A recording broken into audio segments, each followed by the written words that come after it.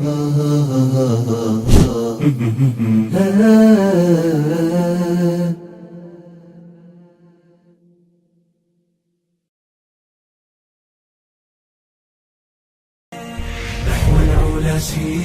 شباب الأمة وتكاتفوا لينوح فجر أجمل وتسابقوا للمكرمات وحلقوا بسمائنا طرا وخيرا أمنوا.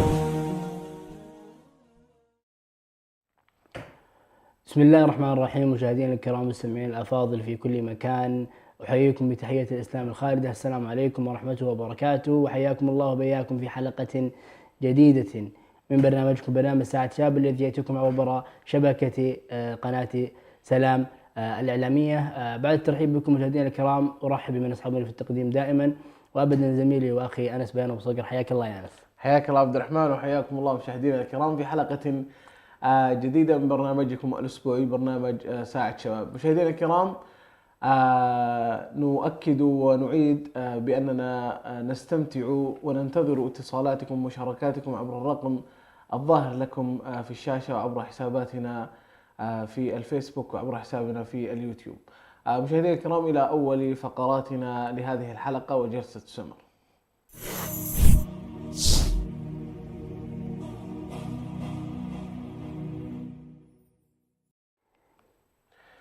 مرحبا بكم مشاهدينا الكرام. عبد الرحمن، اليوم نتناول موضوع هو في الحقيقة جدا مهم، وجدا ما كان يتساهلون فيه الناس في هذا الزمن الذي كثر فيه الفتن، نسأل الله أن يعافينا وإياكم منه. الموضوع عبد الرحمن أصبح أن الواحد يتساهل في الذنوب المعضلات، ويتساهل في الأمور الكبيرة جدا.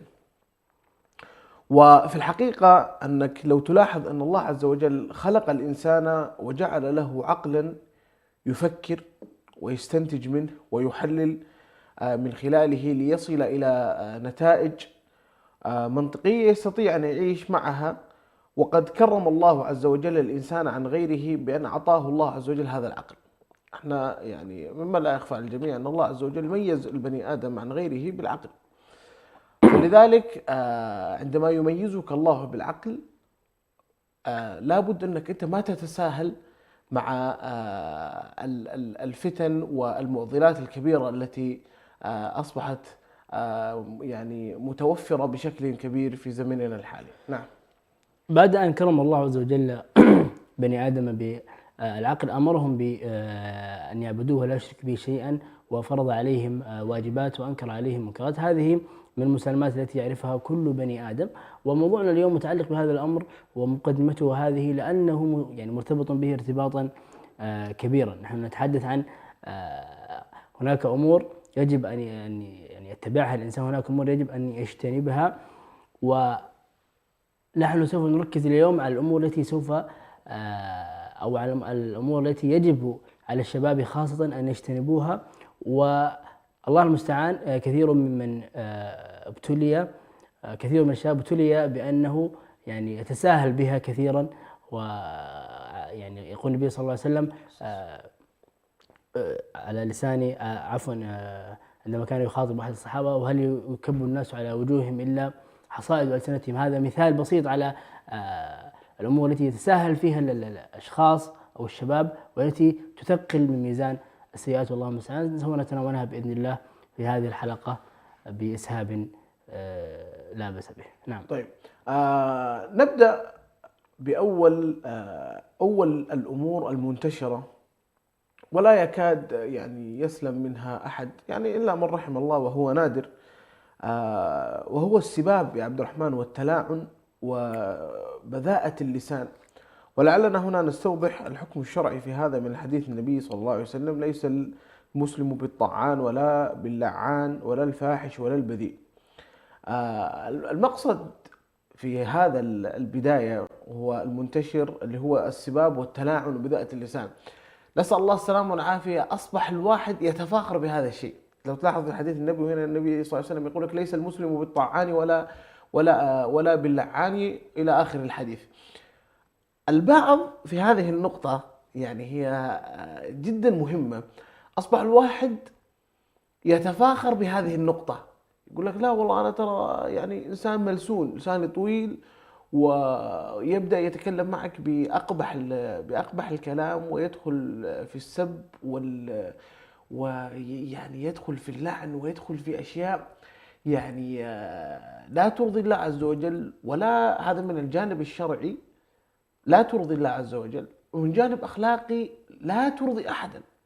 يعني أنت يوم تتفاخر بهذا الشيء، هذا مع كامل الاحترام الشديد، هذا يعني قمة في الحماقة، أنك أنت تعتقد أن الله عز وجل ميزك عن غيرك بأنك أنت لسانك ما شاء الله يعني منطلق في السب، ومنطلق في التلاعب. هذا في وجهة نظري هذه قمة الحماقة. ومع الأسف الشديد أن من يمتلك هذه الصفة هو في الحقيقة إنسان يعني خلينا من الأمور الشرعية، هو إنسان غير مرغوب اجتماعيا. يعني أنت لو تفند القضية هذه حبة حبة، يرجع إلى أن المسلم والإنسان يا أخي يأتي بالكلمة الطيبة. فلذلك لو تلاحظ يعني أنا كأبو صقر في حياتي دائما الناس الذين ينثرون الكلام الطيب ولسانهم معسول، يعني يتكلم وياخذ ويمدح في ذا ويتكلم في هذا ومدري ايش، واسلوبه طيب ورقيق، دائما يكون هو مقبول اجتماعيا. ليش؟ عشان لسانه طيب، ولسانه يعني عادة ما يكون ايش يعني دائما ما شاء الله والله يا ابو عبد التركي اليوم ما شاء الله لبسك جيد، وانت والله صوتك جميل، وانت مدري ايش، يبدا فيصبح يعني يتسلسل الى القلوب، تلقاه يستوطنها. اما من يتميز في قرار الداخل انه يتميز يعني بقذارة اللسان اجلكم الله، والانتقاد المستمر صحيح في قرارة نفسه، هذا والله العظيم ترى يعني خطوة بعد خطوة يبدأ ترى والله يعني هو لا ما يشعر يبدأ ينسحب ترى اجتماعيا، تبدأ الناس ترى تبتعد عنه لأن هذه الأمور، بس معليش أنا بطول في النقطة هذه، لأن هذه خاصة والله أنها نقطة جدا حساسة. هذه الأمور ما هي أشياء وليدة اللحظة. أنا أراهن الجميع على هذا، بأن هذا الأمر والله ليس وليد اللحظة. أن الإنسان عندما يتفاخر بقذارة لسانه ويتفاخر بأنه يعني شتى أي كان من هذه الأمور، هذه أشياء ليست وليدة اللحظة، إنما أشياء كانت سابقة موجودة لكن ما أحد نبه عليه، فهو يتواصل فيعتقد أنه على صواب. فلذلك أصلا أول ما تفاتح مع الموضوع تلقاها إيش يقول لك، يعني يستغرب، كيف أنت تكلمني؟ لا أنا بالعكس كذا ليه؟ فأنت أول ما تأخذ ردة الفعل هذه تعرف أن هذا الموضوع ما هو وليد اللحظة، هذا شيء معاه من أول مخزون سابق. لكن خلال المسيرة هذه مع الأسف الشديد ما في أحد يعني أسلوب أو ثقافة النصح في المجتمع الذي نعيشه غير موجود.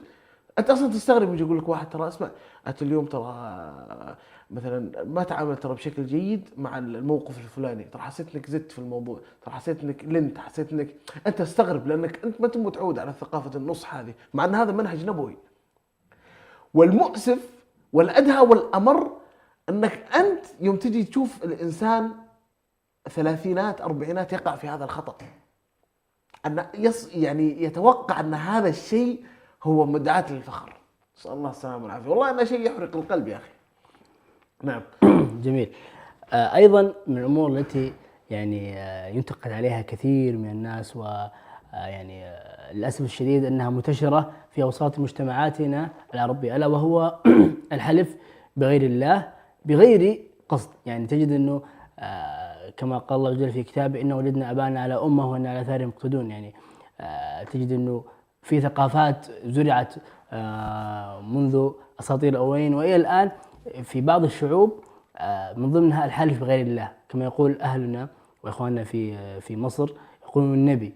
هذا الحلف أنا أكاد أجزم يقينا أنه الشعب المصري لا يقصد أنه يكفر بالله عز وجل، والحلف بغير الله كفر كما نعلم، ولكنه وكما قال النبي صلى الله عليه وسلم من حلف بغير الله فقد كفر أو أشرك، أو كما قال النبي صلى الله عليه وسلم. وبالتالي استحالة أن يقصد الشعب المصري كلهم بلا استثناء أو أغلبهم أن يكفروا بالله عز وجل، ولكن هذه ثقافات زرعت منذ الأزل. فبالتالي عشان تغيرها لازم أنت تزرع في ثقافة الناس أنه والله ترى هذا الشيء منكر وقد يؤدي إلى الكفر، والتساهل فيه أمر عظيم. والجيل الذي سوف يأتي بعدكم سوف يعتقدون أن هذا من الدين ويبحثون عن مبررات له، وهو في الأساس ليس له أي مبرر.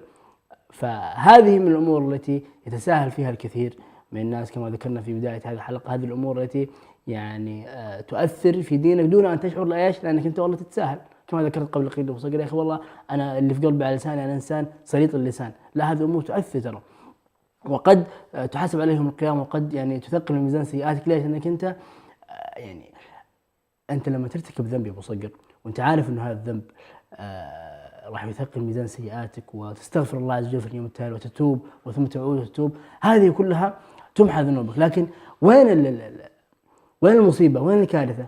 الكارثة في الأمور التي أنت تعتقد أنك أنت يعني هذه الأمور حلال، مثل الحلف بغير الله بغير قصد، مثل الأخلاق السيئة، الخلق السيء، مثل السباب والشتام المستمر. هذه كل أمور أنت عقلك اللاواعي لا يستوعب أن هذه الأمور ترى يعني تسجل. أنت من يوم ما تدخل 15 سنة وتبلغ سن الرشد أنت هنا محاسب. فبالتالي هذه الأمور لابد أنك يعني تركز عليها، وهذا هو يعني تركيزنا الأكبر في هذه الحلقة. ندخل في المحور الذي بعده، شرب المسكرات من الخمر وأنواع المخدرات. وهذا طبعا مما يعتبره الكثير من الأمور الهينة التي تخفف من الضغط الذي يعيش الإنسان، فلا يحسب لها حسبانا ويجعلها روتينه اليومي. ونذكر هنا بالحكم الشرعي للخمر وهو حرام لا خلاف فيه. هنا في نقطة حساسة جدا، وهو أن البعض أصبح نسأل الله السلامة والعافية يستلطف هذه الأمور. كيف يعني يستلطف؟ أصبحت يعني شبه يعني شيء من يومه. يعني كما قال أحدهم بأن أصعب الحرام أوله. أنت إذا دخلت في هذا الطريق، والله يعني من المؤسف جدا أنك إذا سلكت هذا الطريق واتخذت فيه طريقا طويلا يصعب عليك وأنت في نص الطريق أنك يعني تخرج نفسك منها. فالبعض أصبح يعني هذه المسكرات وهذه المخدرات شيئا روتينا في يومه، ولا يلقي له بالا، ولا يعلم أن هذه المسكرات والمخدرات هي أولا تبعدك عن الله عز وجل، سبب، وأنا أجزم 100% بأن المسكرات والتدخين وهذه الأمور هي من الأمور الركيزة والأساسية في ضيق الصدور، بل هي تولد الكآبة. وهذه الأمور الإنسان ما يلحظها، فلذلك أنت أصلا هو يوم تلقاه يتعاطى هذه الأمور وتلاحظه في يومه، تلقاه إيش؟ تلقاه يا طويل العمر يشعر بلحظة كآبة، يشعر بضيق في الصدر. هذه الأمور كلها ناتجة عن هذه الأشياء التي تفعلها. وغالبا هذه الأمور يعني خاصة في هذه النقطة من شرب المسكرات وإلى آخره، هذه الأمور ناتجة في تحليل الشخصي من الفراغ. الإنسان عندما يملأ الوقت بالقرب من الله عز وجل أولا، وكما جاء في الحديث النبوي احرص على ما ينفعك واستعن بالله ولا تعجز. عندما تطبق هذه قاعدة حياتية، هي احرص على ما ينفعك واستعن بالله ولا تعجز، تقتل هذا الفراغ وتقترب إلى الله عز وجل، حتما لن تسقط في هذه الأمور. لكن الإنسان يضع هذه الأمور روتينا يوميا، فهذا يعني شيء مؤسف جدا. نعم. أيضا من الأمور التي ابتلينا بها في هذا العصر أن وهذا عطفا على نقطة كي ذكرتها سابقا، هي مرحلة السب المتعدي إلى مرحلة الكفر، والله المستعان. وكيف يصل الإنسان إلى مرحلة الكفر عبر السب؟ احنا ذكرنا قبل قليل الحلف بغير الله هو كفر إن كان بقصد، وإن كان بغير قصد فالأولى اجتنابه، ولا نعلم حكم ذلك. ممكن نسأل فيها فضيلة الشيخ الدكتور حسن في برنامج فتاوى. ولكن هناك أمر آخر مهم جدا، ألا وهو السب المتعدي إلى مرحلة الكفر. تجد أن الإنسان قد يصل به الخلاف مع أخيه المسلم إلى أن يسب دينه.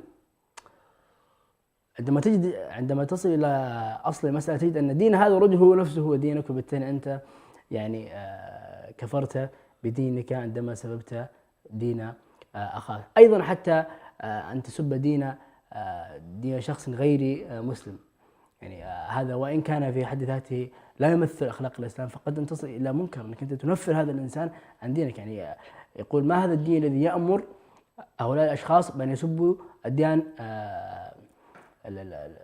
الناس الآخرين. وبالتالي سواء كان دين أخيك المسلم أو دين يعني أي شخص من أصحاب الديانات الأخرى، وليكن النصرانية واليهودية أو غير ذلك من الأديان، أنت يعني قاعد تنفر هؤلاء الأشخاص بدل أن تدعوهم للإسلام. وإن سببت دين الإسلام فهذه هي المصيبة الكفرى، و يعني قد تقع في المحظور. والله عز وجل أيضا ذكر أن هذا من المحظور. قال الله عز وجل ولا تسبوا الذين يدعون من دون الله فيسبوا الله عدوا بغير علم. يعني أنت الآن تسببت في أن الشخص هذا الذي أمامك سوف يسب دينك وأنت في غنى عن ذلك، وطبيعي هذه ردة فعل لابد أنك أنت تحرص عليها وتنتبه لها انتباها كبيرا. نعم. أيضا المحور المهم التساهل في التعامل مع الأنثى،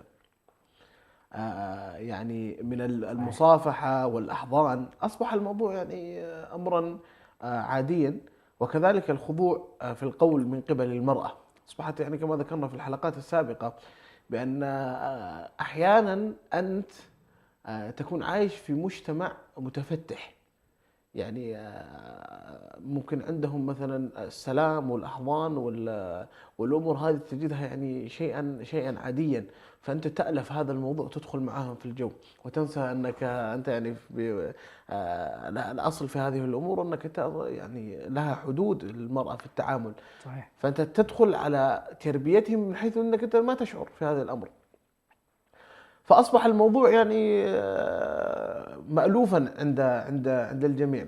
وأيضا هذا من قبل المرأة تخضع بالقول كثير، يعني النبي صلى الله عليه وسلم في الآية القرآنية ولا تخضعن بالقول فيطمع الذي في قلبه مرض.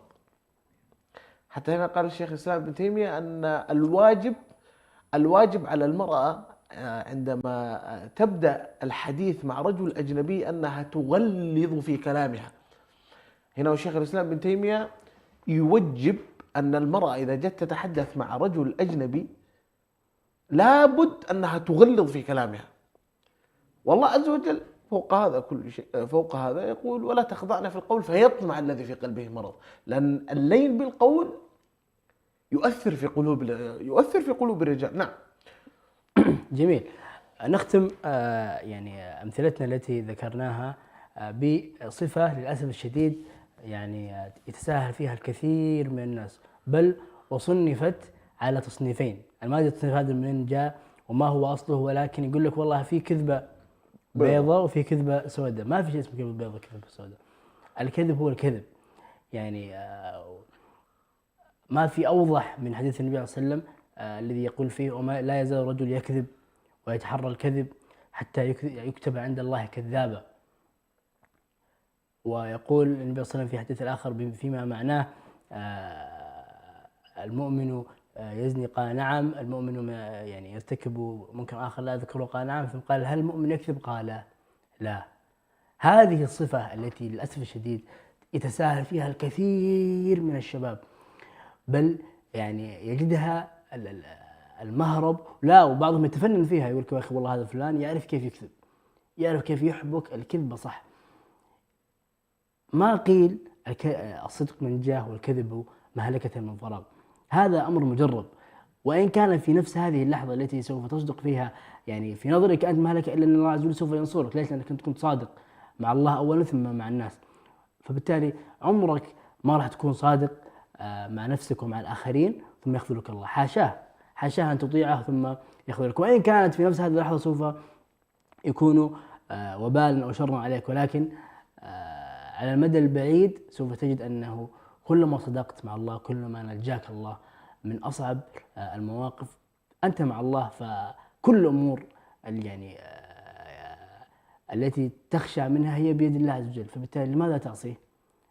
وهناك مقولة جميلة أيضا أربطها بهذا الحديث، أنه يقولون يعني الشخص الذي يستعجل في صلاته أنت تستعجل لماذا؟ يعني كل الأمور التي أنت تستعجل من أجلها هي بيد الذي وقفت أمامه. وبالتالي نحن نقول أيضا لماذا تكذب؟ كل الأمور التي أنت تخشى منها عندما تكذب هي بيد الله عز وجل. الله عز وجل أحل الكذب فقط في عدة مواطن، من ضمنها أن الرجل يكذب على أمره على زوجته في مواطن أخرى، لكن أن تكذب هكذا جزافا وتحل نفسك هذه الكذبة وتقول هناك كذبة بيضاء وكذبة سوداء، هذا مما يعني نهي عنه. وهذا الموضوع الذي تحدثنا عنه، الأمور التي يعني يتساهل فيها الكثير من الناس، موضوع شائك ويعني كبير جدا يأخذ حلقات طوال وبرامج طوال، ولكن يعني احنا ركزنا على أهم المواضيع التي تنتشر بين أوساط الشباب. ودعونا مشاهدينا الكرام بهذا نختم حلقتنا، عفوا نختم فقرتنا جلسة السمر، وننتقل وإياكم إلى الفقرة التي تليها وترند. كونوا معنا.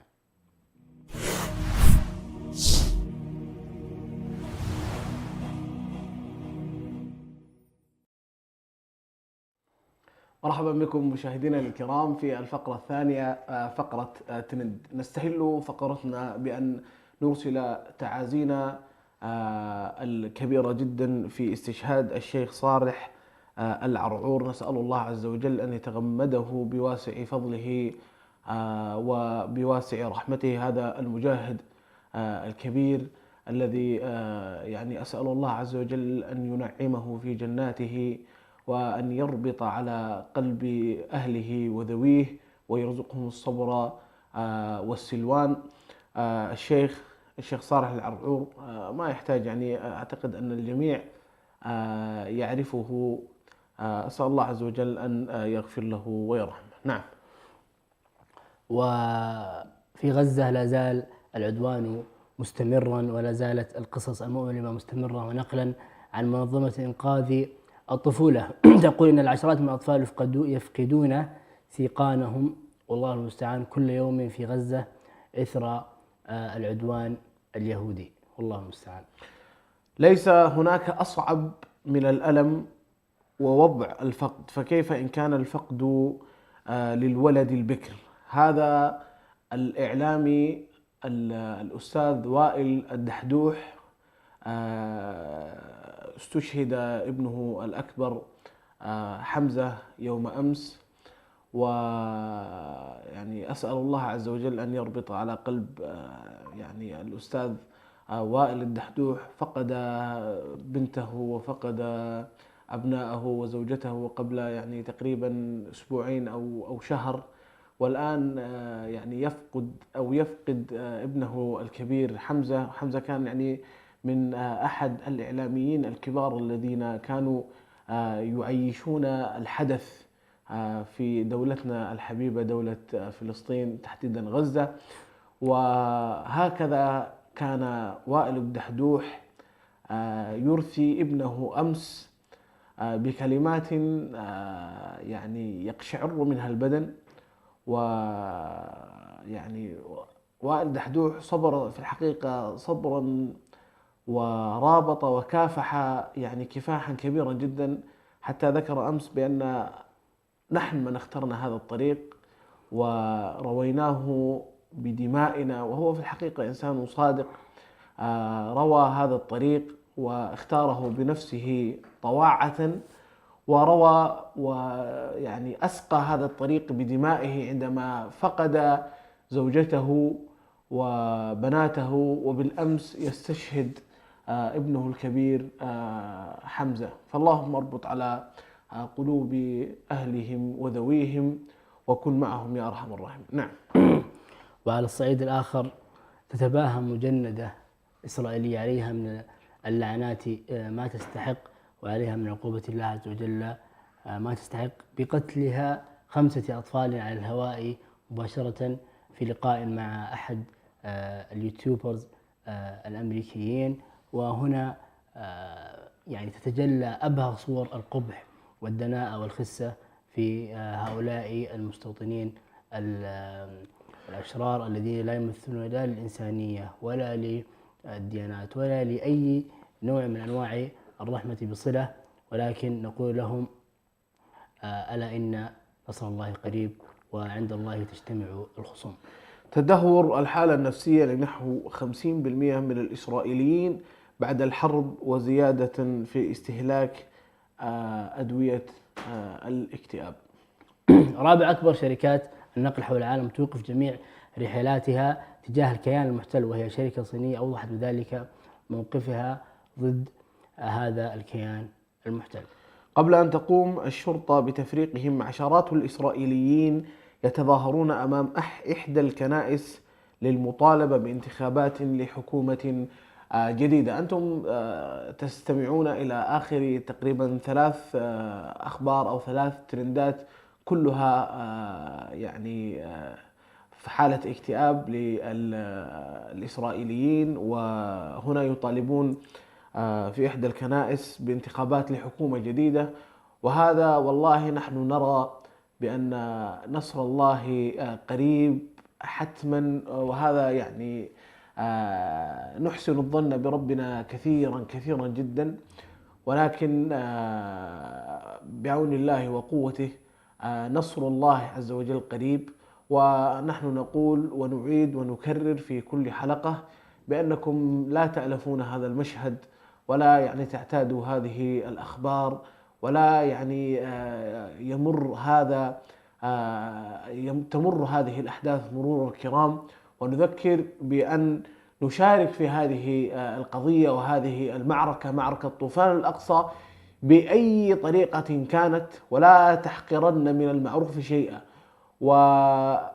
والدعاء وكما قال شيخ الإسلام ابن تيمية بأن الدعاء هو الجند الذي لا يغلب. وأيضا نقف مع إخواننا في فلسطين بالمادة، وكما قال أعتقد أيضا شيخ الإسلام ابن تيمية بأن الجهاد يكون بالمال كما يكون بالأسلحة.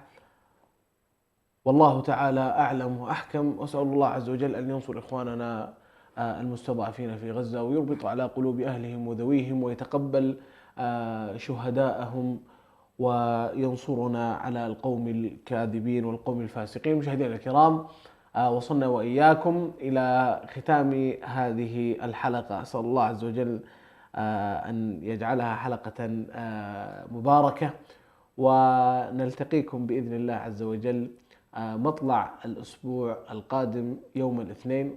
قبل أن نختم نشكر الأستاذ عبد الرحمن على حسن يعني المعلومات الجميلة هذه. الشكر أيضا موصول لك إلى مشاهدينا الكرام، وموصول لك يا عزيزي وصديقي أنس بيان. شكرا لكم مشاهدينا الكرام، إلى هنا تنتهي حلقتنا. نستودعكم الله الذي لا تضيع ودائعه، والسلام عليكم ورحمة الله وبركاته. نحو العلا سيروا شباب الأمة، وتكاتفوا لينوح فجر أجمل، وتسابقوا للمكرمات وحلقوا بسمائنا طرا وخيرا أمنوا.